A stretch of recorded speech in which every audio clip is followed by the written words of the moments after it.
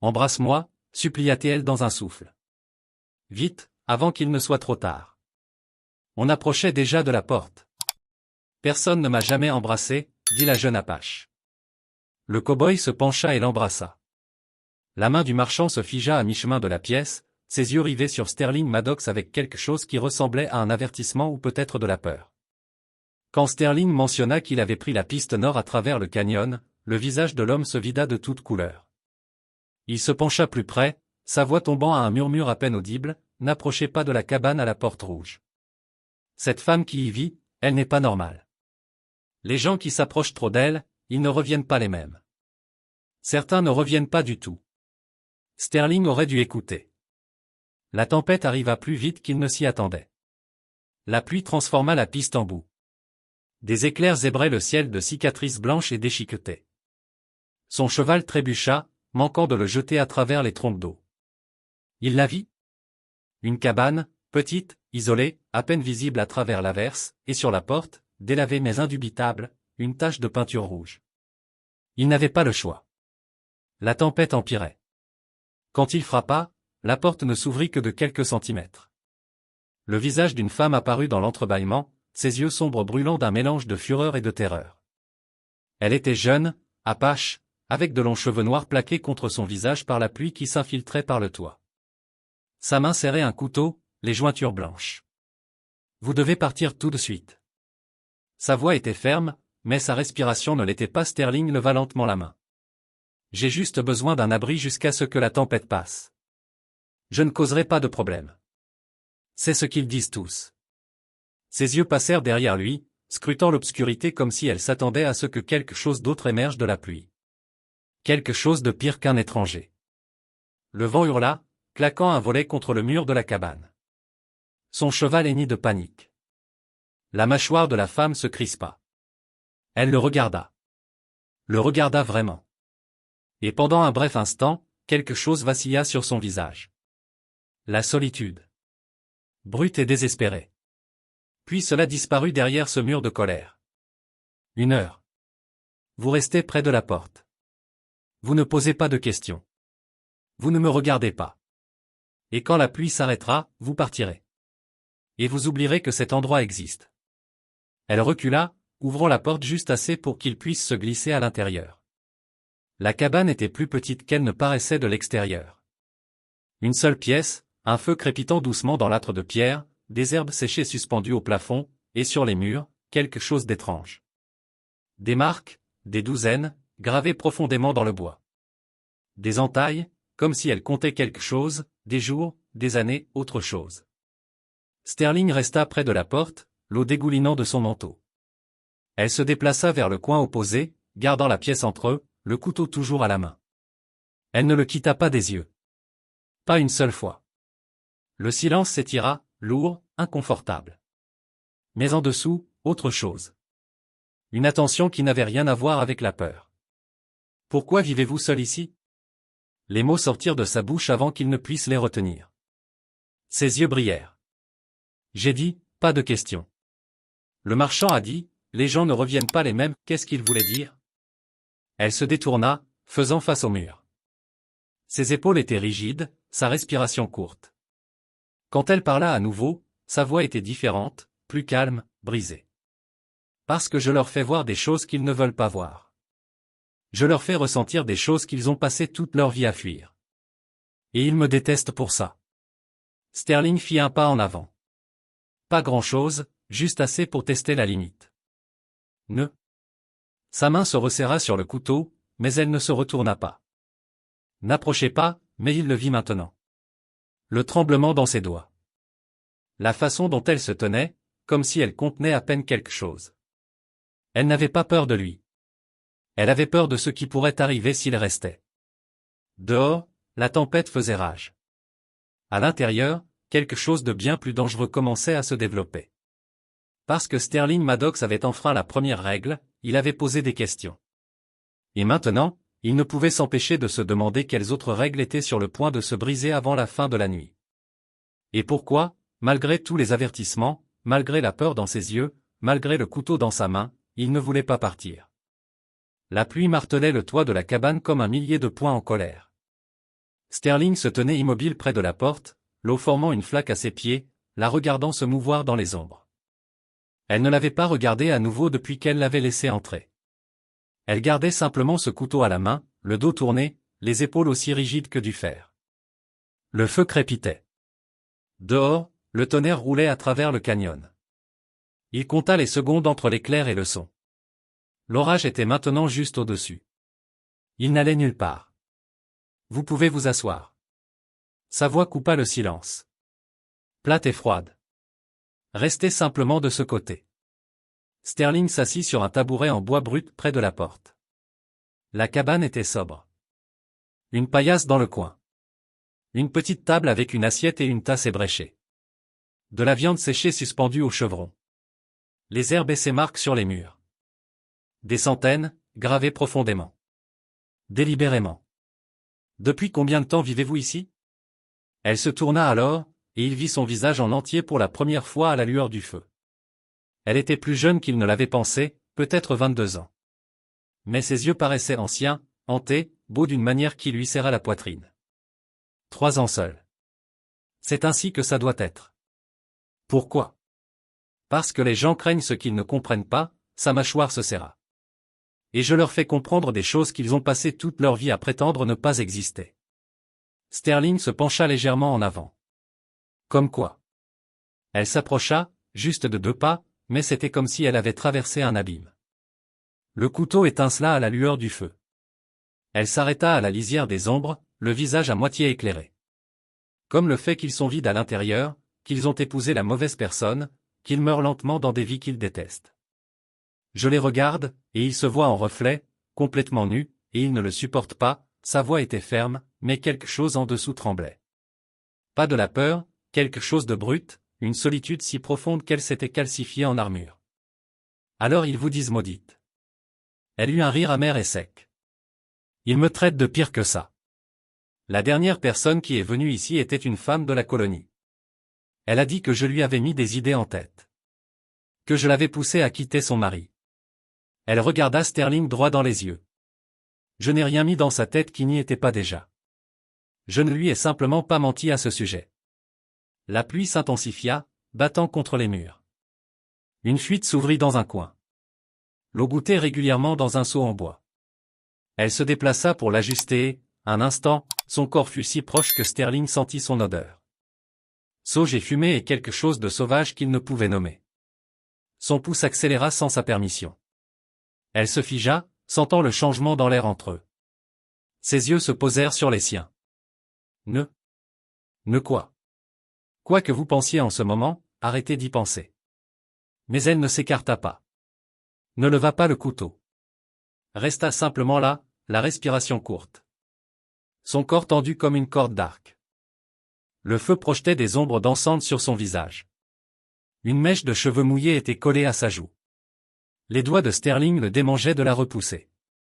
Pourquoi votre tribu vous a-t-elle exilé? Son visage devint vide.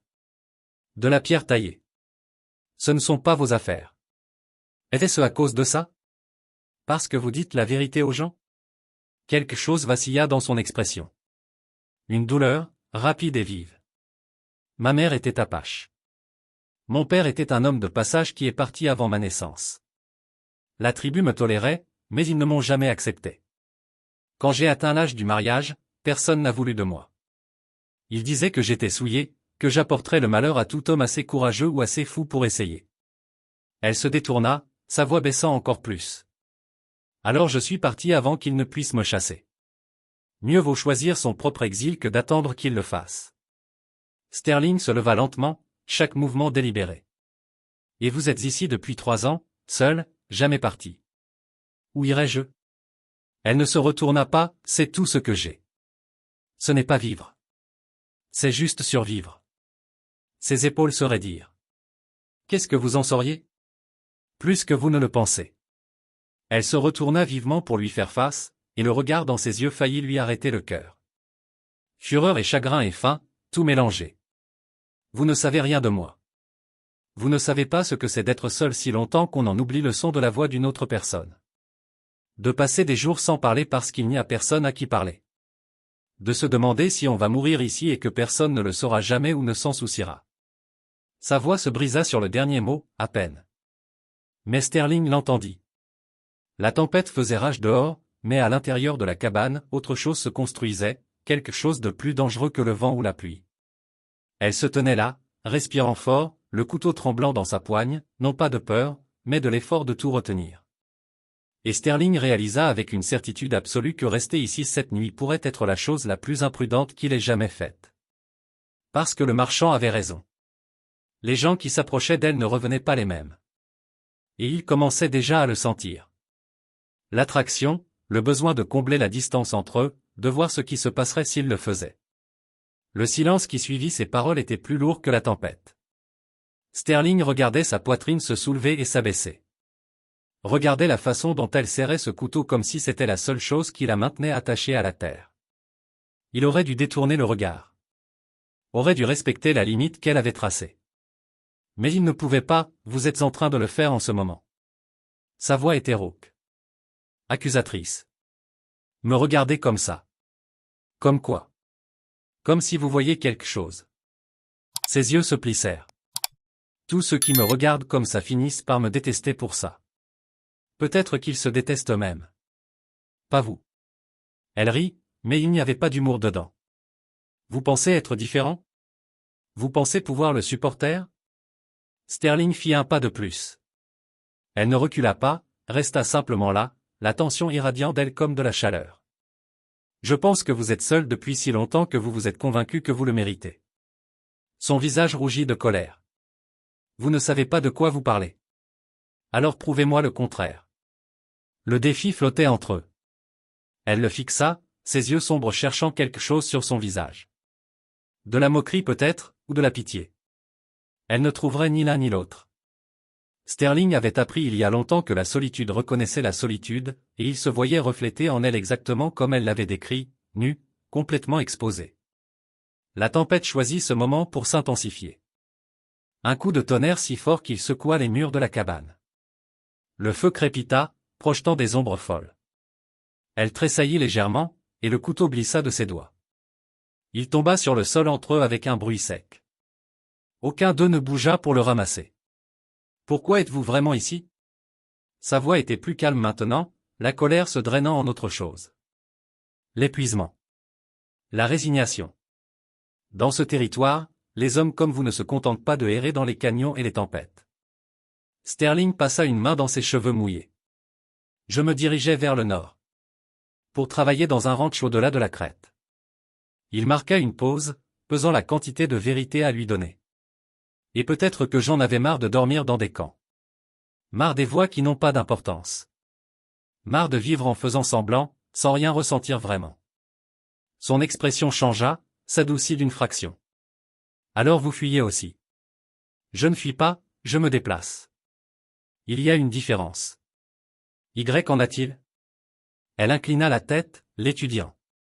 Parce que de là où je suis, vous ressemblez exactement à quelqu'un qui essaie de fuir quelque chose. Sterling sentit sa mâchoire se contracter. Peut-être, mais au moins, je suis toujours en mouvement. Vous êtes immobile depuis 3 ans. Les mots frappèrent plus fort qu'il ne l'avait prévu. Il le vit dans la façon dont son visage se décomposa une demi-seconde avant qu'elle ne reconstruise le mur. Mais il était trop tard. Il avait vu en dessous, vu la jeune fille qui avait été rejetée par son propre peuple, qui avait choisi l'isolement plutôt que le rejet constant, qui s'était convaincu que c'était suffisant. La pluie s'infiltra par une autre fissure du toit, goûtant régulièrement sur le plancher en bois. Elle se déplaça pour ajuster un autre seau, et cette fois, en passant près de lui, elle fut assez proche pour que son bras effleure le sien. À peine. À peine assez pour le remarquer. Sauf que Sterling remarquait tout. La façon dont sa respiration se bloqua. La façon dont ses pupilles se dilatèrent à la lueur du feu. La façon dont elle s'arrêta de bouger, figée dans ce moment de contact, comme si elle avait oublié comment fonctionner. Il se tourna lentement vers elle. Elle était à moins de 30 centimètres maintenant. Son visage tournait vers le sien. La lueur du feu attrapait les angles de ses pommettes, la courbe de sa bouche. Elle tremblait. Pas de froid, de toute autre chose. C'est une erreur. Sa voix était à peine un murmure. Vous devriez partir quand la pluie s'arrêtera. Oubliez que vous êtes jamais venu ici. Mais ses yeux disaient autre chose. Ses yeux le suppliaient de rester. Sterling tendit la main, lent et délibéré, et glissa cette mèche de cheveux mouillés derrière son oreille. Ses doigts effleurèrent sa joue. Elle inspira brusquement, tout son corps se raidissant, mais elle ne se recula pas, ne s'enfuit pas, resta simplement là, se noyant dans ce qui se construisait entre eux. Depuis combien de temps? Sa voix était rauque. Depuis combien de temps quelqu'un ne vous a pas touché? Elle ferma les yeux. Une seule larme s'échappa, traçant un sillon sur sa joue. Trop longtemps. Si longtemps que je pensais avoir oublié ce que ça faisait. Son pouce effaça la larme. Sa peau était incroyablement douce. Chaude. Elle se pencha dans son contact sans sembler s'en rendre compte. Affamée de contact, de douceur, d'une preuve qu'elle était encore humaine et pas seulement le fantôme que tout le monde croyait qu'elle était. La tempête battait contre la cabane. Le feu crépitait et quelque part dans l'espace entre deux battements de cœur, Sterling réalisa qu'il avait franchi une ligne qu'il ne pouvait pas défranchir. Parce qu'il voulait l'embrasser. Le voulait avec une intensité qui frisait le besoin. Voulait lui montrer qu'elle n'était ni maudite, ni souillée, ni dangereuse, juste seule, juste humaine, juste désespérée que quelqu'un la voie et ne recule pas. Mais il savait aussi que s'il le faisait, tout changerait pour eux deux. Ses yeux s'ouvrirent, se fixant sur les siens. Et en eux, il vit la même question, la même faim, la même terreur de désirer quelque chose que l'on s'est convaincu de ne jamais pouvoir avoir. Qu'est-ce que vous attendez? Sa voix se brisa. Si vous devez fuir, faites-le maintenant. Avant que ça n'empire. La main de Sterling glissa à l'arrière de son cou, ses doigts s'entrelaçant dans ses cheveux humides. Et si je ne veux pas fuir? Alors vous êtes encore plus stupide que je ne le pensais. Mais son corps se balança plus près du sien, attiré par quelque chose qu'aucun d'eux ne pouvait nommer ou contrôler. La distance entre eux se réduisit à néant. Il pouvait sentir son souffle sur ses lèvres. Pouvait sentir la façon dont son cœur martelait contre ses côtes. 1 centimètre de plus et ce serait fini. Et c'est alors qu'ils l'entendirent. Des bruits de pas à l'extérieur de la cabane. Lourds, délibérés. Plusieurs personnes s'approchant à travers la tempête. Elle se retira brusquement de lui. Le charme était rompu.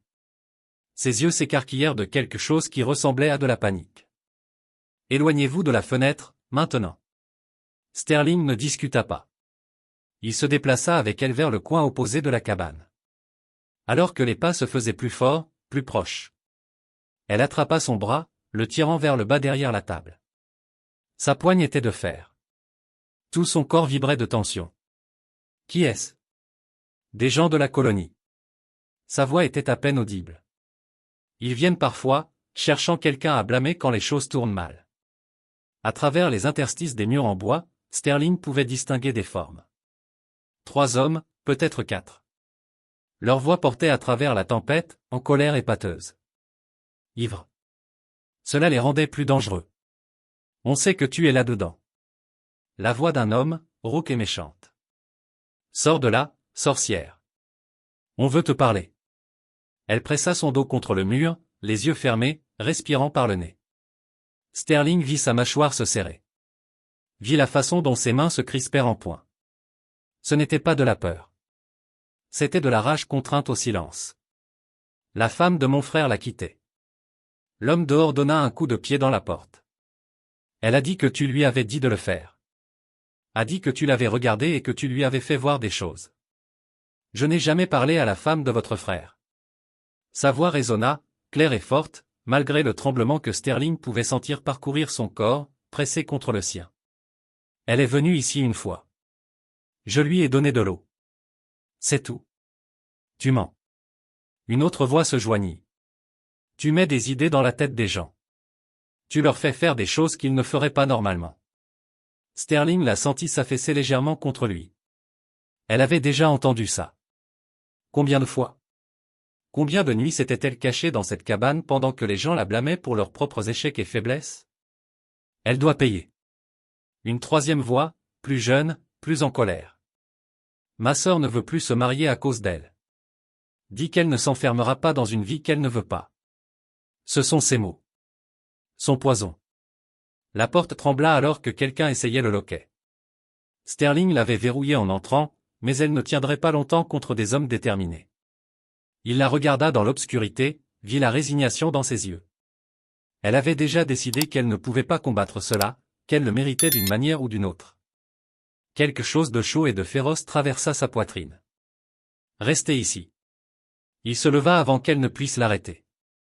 Qu'est-ce que vous faites? Sa main jaillit, attrapant son poignet. Ils vont vous faire du mal. Qu'ils essaient. Il traversa la pièce jusqu'à la porte et l'ouvrit avant qu'elle ne puisse protester davantage. La pluie le frappa immédiatement, froide et brutale. 4 hommes se tenaient dans la boue, trempés, tenant des armes de fortune, un morceau de bois, un outil agricole. L'un d'eux avait une corde enroulée sur son épaule. Sterling sortit complètement, refermant la porte derrière lui. Il était plus grand que tous, plus large et complètement sobre. Puis-je vous aider, messieurs? Qui êtes-vous?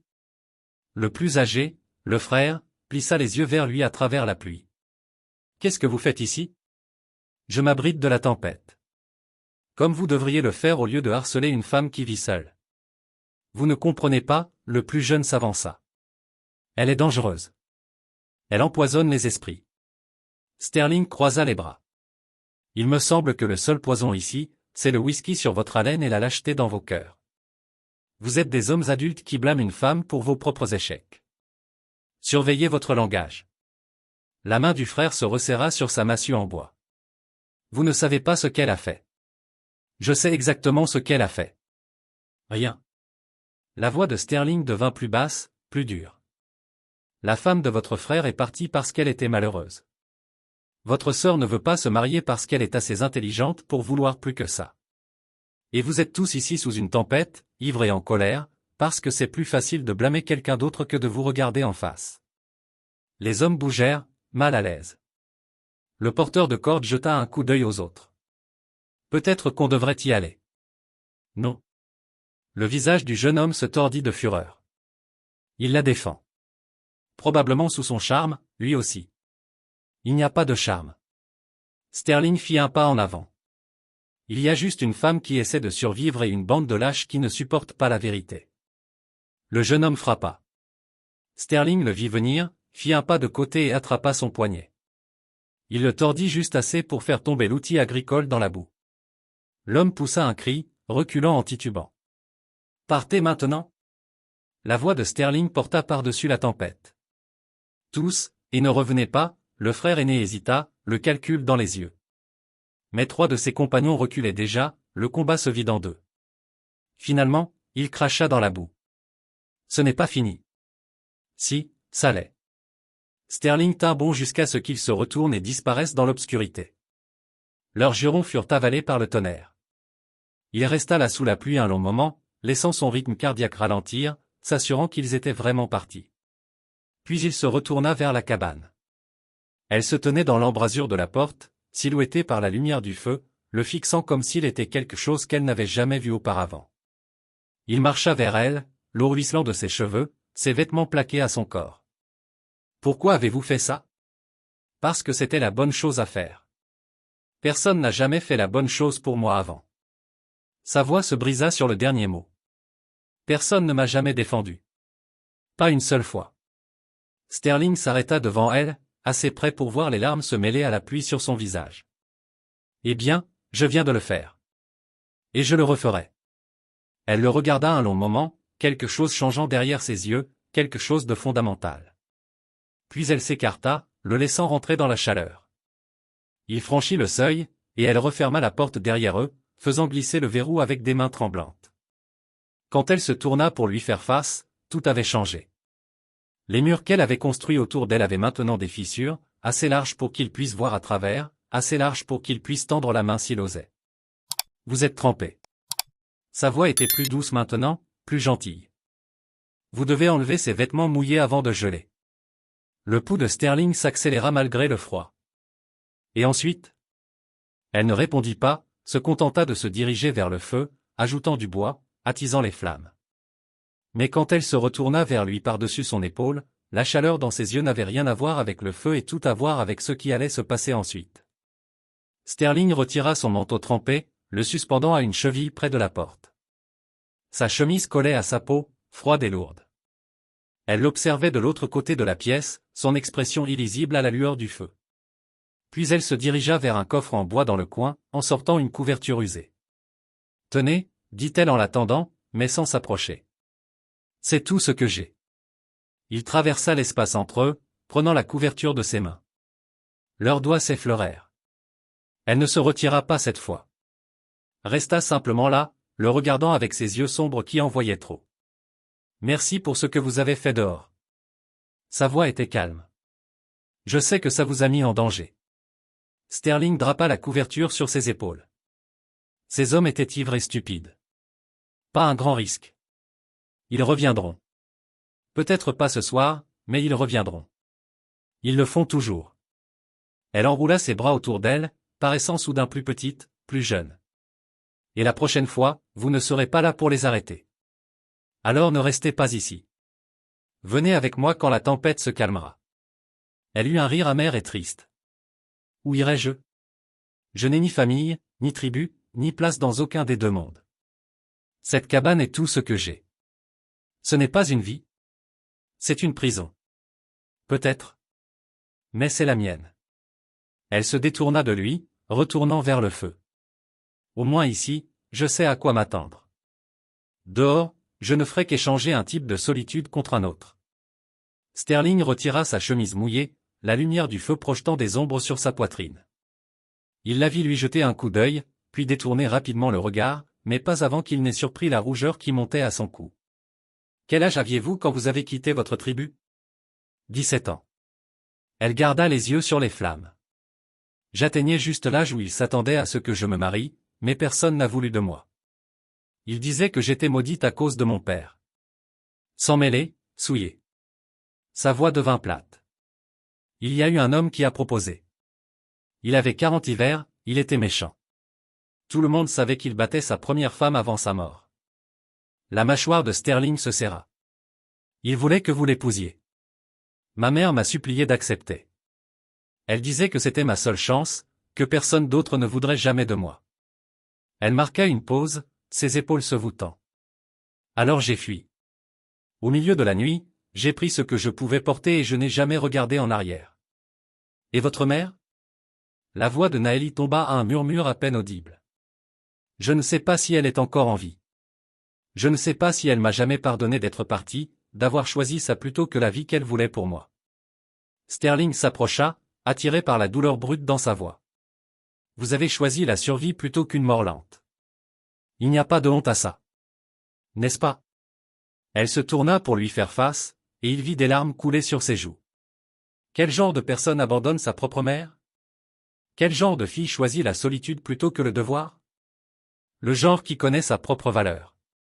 Sterling tendit la main, lui relevant le menton pour qu'elle soit obligée de croiser son regard. Le genre qui refuse de laisser la peur des autres la définir. Elle le fixa, quelque chose se brisant derrière ses yeux. Vous ne comprenez pas. Je suis seul depuis si longtemps. J'ai oublié comment être autre chose. Je ne sais pas comment faire confiance aux gens. Je ne sais pas comment laisser quelqu'un s'approcher sans m'attendre à ce qu'il me fasse du mal. Alors commencez à apprendre, maintenant. Avec moi. Sa respiration se coupa. Pourquoi? Pourquoi vous souciez-vous? Parce que je vous vois. Vraiment. Pas la malédiction ou l'exil ou la réputation. Juste vous. Une femme qui porte le poids du jugement des autres depuis si longtemps qu'elle a oublié qu'elle a le droit de le poser. Un sanglot s'échappa de sa gorge. Brute et désespérée. Elle couvrit sa bouche avec sa main, essayant de le retenir, mais Sterling attrapa doucement son poignet, retirant sa main. Ne vous cachez pas de moi. Je ne sais pas comment faire ça. Sa voix se brisa. Je ne sais pas comment laisser entrer quelqu'un. Vous le faites déjà. Il la tira plus près de lui, lentement, lui donnant toutes les chances de résister. Elle ne le fit pas. Le laissa simplement l'attirer contre sa poitrine, son front venant reposer contre sa peau nue. Il sentit ses larmes chaudes contre ses côtes, sentit la façon dont elle tremblait, sentit le moment exact où elle cessa de se battre et se laissa simplement briser. Ses bras l'entourèrent avec hésitation, comme si elle n'était pas sûre d'en avoir le droit, comme si elle pensait qu'il pourrait la repousser. Au lieu de cela, Sterling l'enlaça complètement, la tenant pendant qu'elle pleurait des années de solitude, de rejet et de douleur. La tempête continuait de faire rage dehors, mais à l'intérieur de la cabane, quelque chose changeait. Quelque chose de fragile, de terrifiant et de magnifique. Elle s'accrochait à lui comme s'il était la seule chose solide dans un monde qui avait toujours été du sable mouvant sous ses pieds. Quand ses sanglots se calmèrent enfin, elle ne se recula pas, resta simplement là, pressée contre lui, respirant l'odeur de la pluie, de la fumée et de quelque chose d'unique à lui. Je ne pensais pas que quelqu'un me serrait un jour comme ça. Sa voix était étouffée contre sa poitrine. Je pensais que je mourrais sans jamais savoir ce que ça faisait. La main de Sterling se déplaça vers ses cheveux, s'enfonçant dans les longues mèches sombres. Vous n'allez pas mourir seul dans cette cabane. Je ne laisserai pas ça arriver. Elle releva la tête, le regardant avec des yeux rougis. Vous ne pouvez pas le promettre. Vous partirez quand la tempête finira. Vous irez à votre ranch et vous m'oublierez. Non. Le mot sortit plus fort qu'il ne l'avait voulu. Je ne vous oublierai pas. Je ne le pourrais pas même si j'essayais. Ses yeux fouillèrent son visage, cherchant le mensonge. Mais il n'y en avait pas. Et quand elle ne le trouva pas, quelque chose de dangereux s'anima dans son expression. Le désir. Brut et indéniable. La distance entre leurs bouches n'était que de quelques centimètres. Ses lèvres étaient entr'ouvertes, sa respiration courte. Sterling sentit l'attraction, magnétique et inévitable. Sa main se posa sur son visage, son pouce traçant sa pommette. Et puis elle murmura les mots qui changèrent tout. On ne m'a jamais embrassé. Les mots restèrent suspendus dans l'air entre eux. On ne m'a jamais embrassé. Sterling les sentit se déposer dans sa poitrine comme des pierres tombant dans une eau calme, des ondulations se propageant vers l'extérieur. Jamais. Sa voix sortit plus rauque qu'il ne l'avait prévu. Elle secoua la tête, sans rompre le contact visuel. Pas une seule fois. Même pas de près. Elle baissa les yeux vers ses mains, toujours posées contre sa poitrine nue. Quand j'étais plus jeune, il y avait un garçon, Apache. Il était gentil avec moi quand les autres ne l'étaient pas. Je pensais que peut-être il voyait au-delà de ce que tout le monde voyait, au-delà de la souillure du sang de mon père. Qu'est-il arrivé? Il m'a apporté des fleurs sauvages un matin, m'a demandé de marcher avec lui près de la rivière. Elle sourit, mais c'était un sourire triste et brisé. Je pensais qu'il allait me dire qu'il tenait à moi. Au lieu de ça, il a dit que sa mère lui avait interdit d'être vu avec moi, que ça ruinerait ses chances d'un bon mariage. Il m'a donné les fleurs et il est parti. Je ne lui ai plus jamais parlé. La main de Sterling se resserra dans ses cheveux, protectrice et féroce. C'était un lâche. Il était pragmatique. Sa voix devint plate. C'est ce que tout le monde a toujours été autour de moi. Pragmatique, craintif, assez intelligent pour garder ses distances. Elle se recula légèrement, juste assez pour le regarder pleinement. Et puis quand j'ai quitté la tribu et que je suis venu ici, il n'y avait personne, juste moi et le silence et les gens qui venaient me blâmer pour leurs problèmes. Pendant 5 ans. 5 ans sans que personne ne vous touche avec gentillesse. 5 ans sans que personne ne me touche du tout, le corrigea-t-elle doucement. Jusqu'à ce soir. Jusqu'à vous. Le feu crépitait. Dehors, la tempête commençait à faiblir, le tonnerre devenant plus distant. Sterling devint vivement conscient du peu d'espace qui restait entre leurs corps, de la façon dont ses mains étaient toujours pressées contre sa poitrine, de la façon dont il pouvait sentir son cœur battre, rapide et irrégulier, à l'unisson du sien. Pourquoi me l'avez-vous dit? Il avait besoin de comprendre. Pourquoi me dire qu'on ne vous a jamais embrassé? Parce que je suis fatigué de prétendre que je ne veux pas de choses. Ses yeux brillaient de larmes non versées. Je suis fatigué d'agir comme si j'avais choisi cette solitude. Comme si j'étais assez forte pour vivre sans jamais savoir ce que c'est que d'être désiré. D'être touché. D'être embrassé par quelqu'un qui me regarde comme si j'avais de l'importance. Vous avez de l'importance. Alors prouvez-le. Le défi dans sa voix était miné par la façon dont son souffle tremblait. Montrez-moi que je ne suis pas quelque chose à craindre ou à plaindre ou à utiliser comme excuse.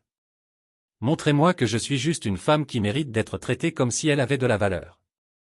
Le pouce de Sterling traça sa lèvre inférieure et elle eut un léger hoquet. Le son le transperça. Vous n'avez aucune idée de ce que vous demandez. Si, je sais. Sa voix était ferme maintenant, déterminée. J'ai eu 5 ans pour y penser. 5 ans à me demander ce que ça ferait, si ce serait doux ou désespéré ou quelque part entre les deux.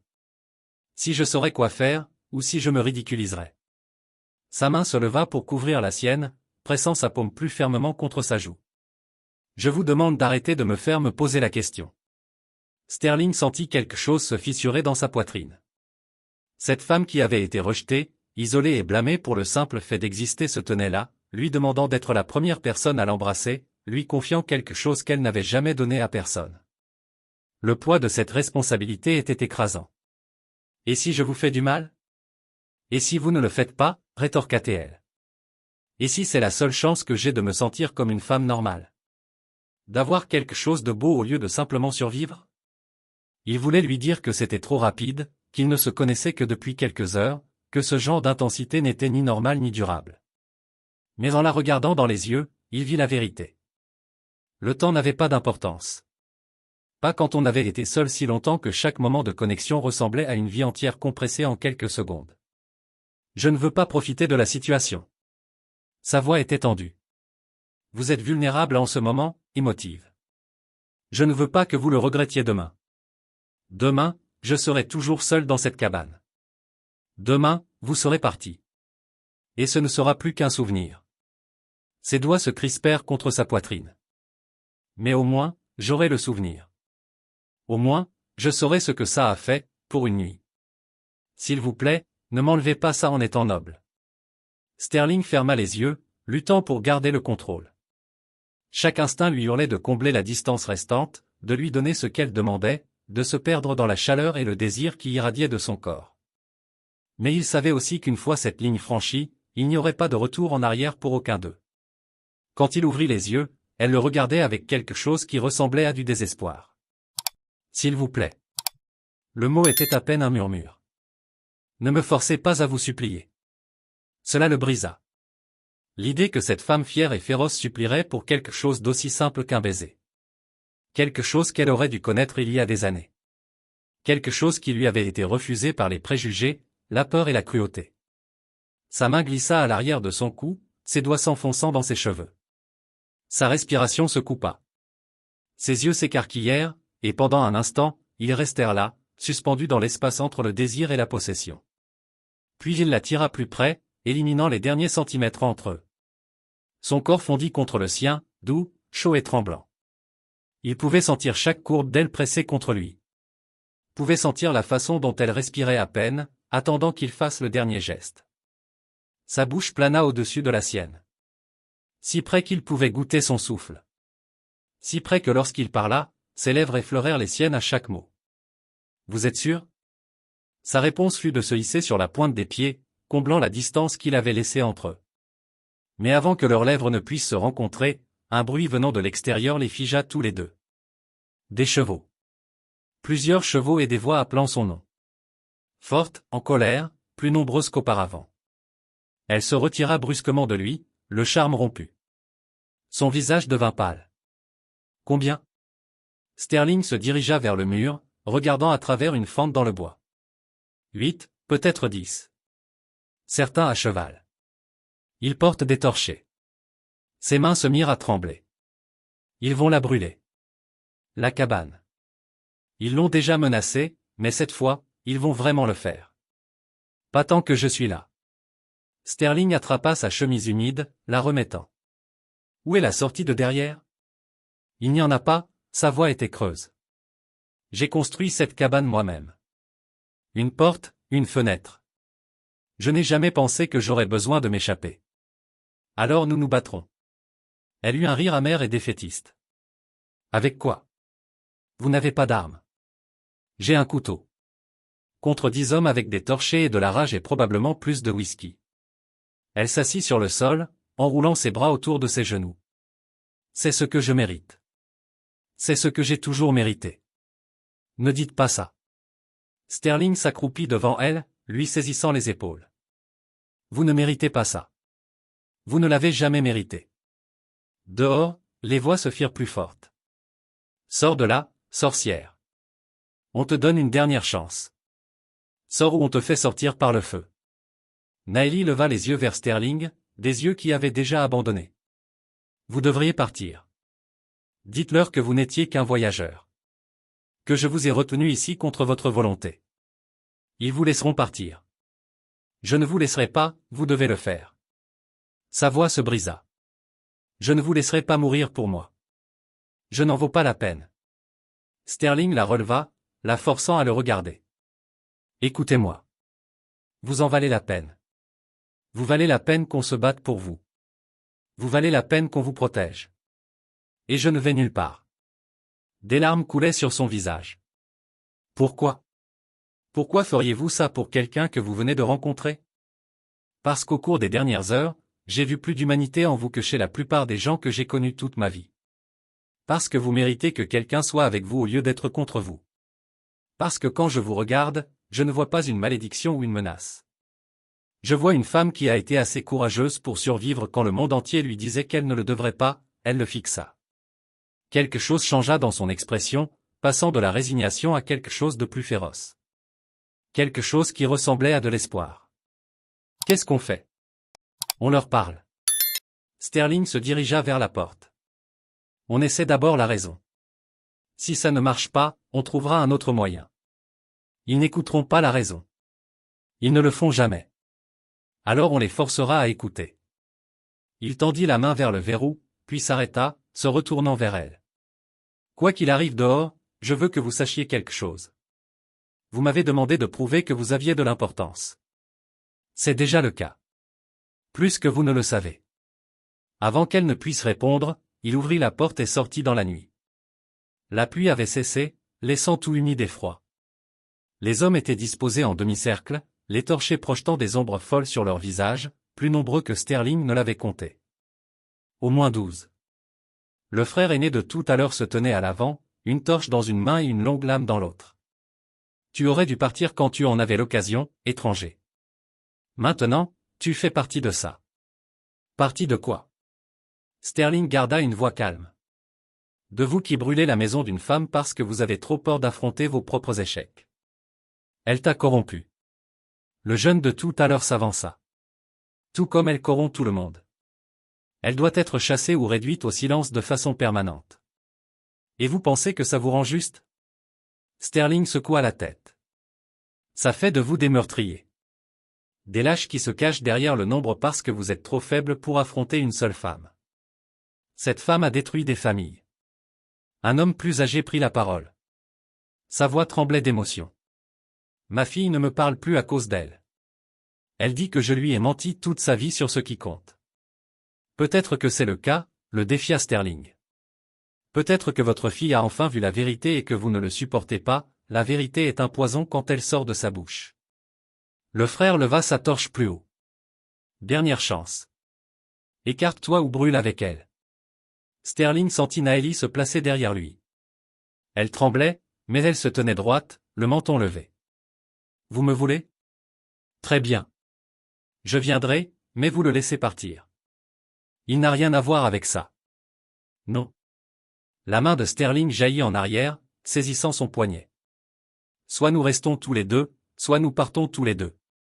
Comme c'est touchant, ricana le frère. La sorcière s'est trouvée un protecteur. Dommage que ça ne changera rien. Il fit un pas en avant, la torche tendue vers le mur de la cabane. Sterling bougea par instinct, se plaçant entre la flamme et le bois. La chaleur lui lécha le visage, mais il ne broncha pas, il faudra d'abord me passer sur le corps. Les hommes bougèrent, mal à l'aise. Certaines torchées s'abaissèrent. Ils étaient venus pour la violence, mais y faire face directement les fit hésiter. Leur fit se rappeler qu'ils étaient sur le point de brûler un homme vif pour avoir défendu quelqu'un. Le visage du frère se tordit de fureur. Alors nous te passerons sur le corps. Mais avant qu'il ne puisse bouger, une nouvelle voix coupa l'attention. Ça suffit. Une femme âgée émergea de l'ombre, s'appuyant lourdement sur une canne. Elle était apache. Son visage était buriné et sage. Derrière elle, 3 autres femmes apparurent. Toutes regardaient Naëlie avec des expressions que Sterling ne pouvait pas déchiffrer. Grand-mère. La voix de Naëlie était à peine audible. Qu'est-ce que vous faites ici? La vieille femme s'avança lentement, ses yeux ne quittant jamais le visage de Naëlie. Je suis venu vous empêcher de commettre une erreur que vous ne pourrez pas réparer. Elle se tourna vers les hommes. Cette fille ne vous a rien fait, sauf vous montrer des vérités que vous ne vouliez pas voir. Rentrez chez vous, tous, avant de devenir les monstres que vous prétendez qu'elle est. Le frère hésita, regardant entre la vieille femme et Naëli. Sa résolution se fissurait. Finalement, il cracha dans la boue. Ce n'est pas fini. Si, ça l'est. La voix de la grand-mère portait une autorité absolue. C'est fini depuis longtemps. Vous refusez simplement de le voir. Lentement, à contre-cœur, les hommes commencèrent à se disperser, montant à cheval, retournant péniblement vers la colonie. En quelques minutes, il ne restait plus que Sterling, Naëli et les 4 femmes apaches. Le silence s'étira. Puis Naëli parla, sa voix se brisant. Mère. Le mot resta suspendu dans l'air comme une prière. Mère. La voix de Naëli se brisa sur le mot, l'incrédulité et l'espoir se disputant dans son expression. La femme âgée s'approcha, son visage buriné s'adoucissant. Oui, ma fille. C'est moi. Naëli secoua la tête, les larmes coulant librement maintenant. Vous m'avez laissé partir. Vous m'avez dit de l'épouser. Vous avez dit que je n'avais pas d'autre choix. J'avais tort. La voix de sa mère se brisa. J'étais une lâche. J'ai laissé la peur me gouverner au lieu de l'amour. Je t'ai vu t'enfuir dans l'obscurité il y a 5 ans, et je n'ai rien fait. J'ai porté cette honte chaque jour depuis. Les 3 autres femmes s'avancèrent. L'une d'elles, plus jeune, parla doucement. Nous l'avons toute portée. Toute la tribu. Nous avons laissé les préjugés nous empoisonner contre toi. Nous avons laissé la cruauté d'un homme devenir notre excuse pour te rejeter. Naëli les regarda chacune, la confusion et la douleur écrites sur son visage. Alors pourquoi maintenant? Pourquoi venir maintenant après 5 ans de silence? Parce que ta mère a enfin trouvé son courage. La grand-mère posa une main ridée sur la joue de Naëli. Elle veillait sur toi de loin tout ce temps. Quand elle a entendu que les hommes de la colonie prévoyaient de venir ici ce soir, elle est venue nous voir, nous a supplié de l'aider à les arrêter, à te ramener à la maison. À la maison? Naëli répéta le mot comme s'il était étranger. Je n'ai pas de maison. Si, tu en as une. Sa mère s'approcha, lui prenant les mains. Tu en as toujours eu une. J'avais juste trop peur de me battre pour toi, trop inquiète de ce que les autres penseraient. Trop faible pour m'opposer à la tradition. Mais en te regardant survivre ici seule, construire cette vie de tes propres mains, j'ai réalisé que tu étais plus forte que nous tous, plus courageuse que nous tous. Sterling observait la scène, quelque chose de serré dans sa poitrine. C'était ce dont elle avait besoin, ce qui lui avait été refusé depuis si longtemps, l'acceptation, l'appartenance. Il aurait dû se sentir soulagé. Aurait dû être heureux pour elle. Au lieu de cela, il ressentait quelque chose de plus proche de la perte. La grand-mère se tourna vers Sterling, ses yeux sombres l'évaluant. Et qui êtes-vous, jeune homme? Celui qui s'est dressé contre 12 hommes armés pour protéger ma petite fille. Juste quelqu'un de passage. La voix de Sterling était rauque. Quelqu'un qui se trouvait au bon endroit. Non. La main de Naëli trouva la sienne, la serrant fort. Vous êtes plus que ça. Vous êtes la première personne qui m'ait jamais vu comme un être humain. Qui m'a défendu quand vous n'aviez rien à gagner et tout à perdre. Sa mère regarda entre eux, la compréhension naissant dans ses yeux. Je vois. Elle sourit tristement.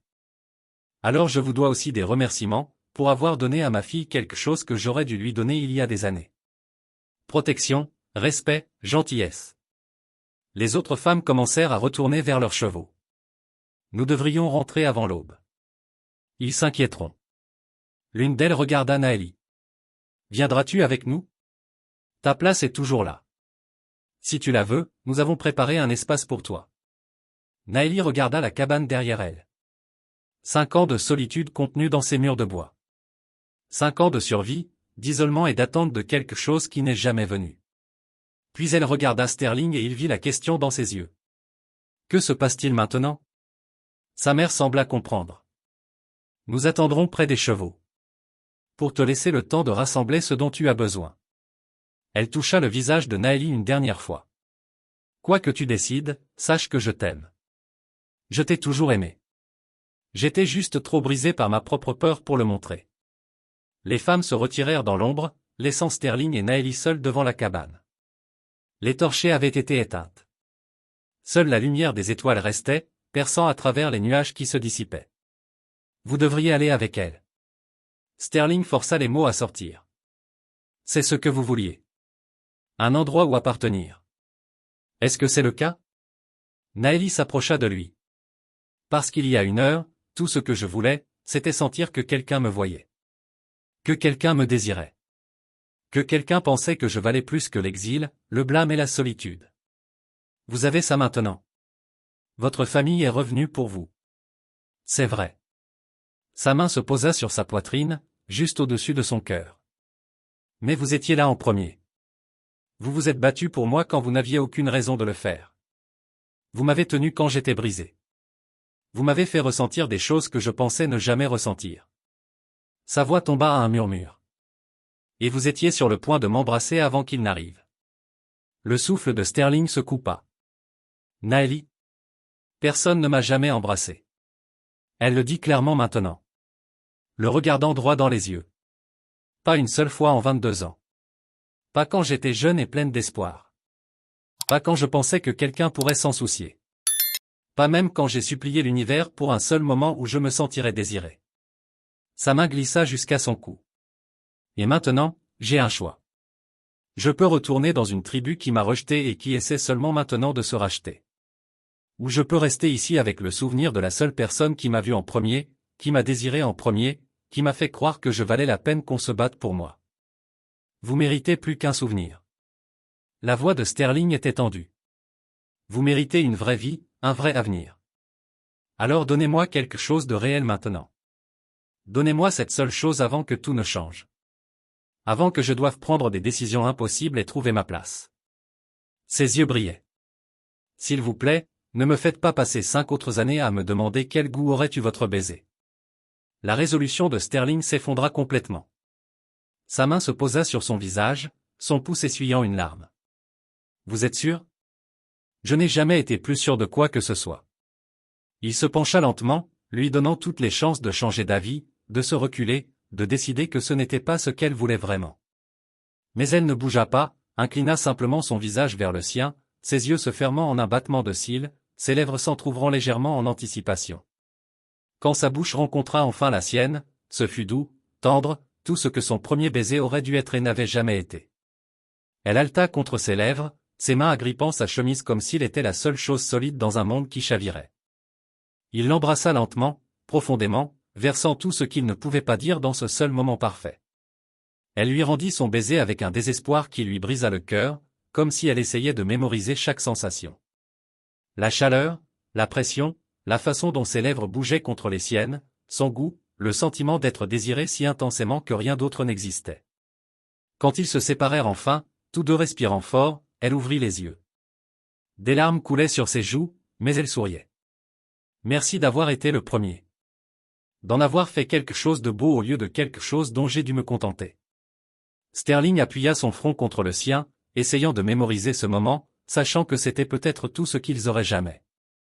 Ils restèrent là sous la lumière des étoiles, aucun ne voulant rompre le charme, mais la réalité s'imposait de toutes parts.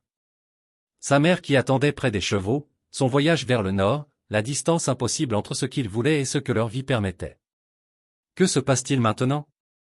La voix de Naëlie était petite, vulnérable d'une manière qu'elle n'avait pas été de toute la nuit. Sterling se recula juste assez pour la regarder en face. Que voulez-vous qu'il se passe?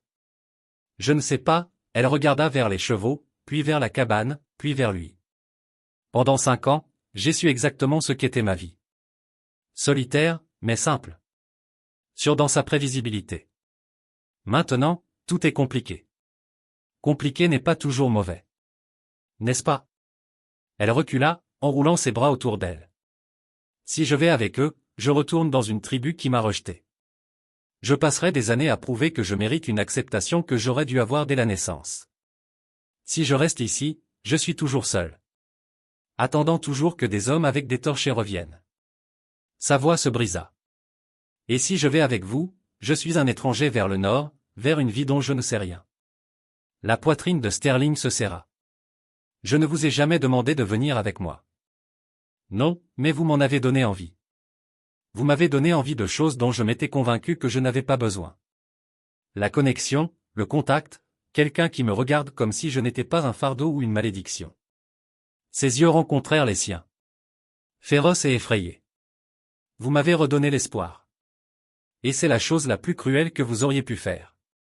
Les mots le frappèrent comme un coup. Je suis désolé. Ne soyez pas désolé. Soyez honnête.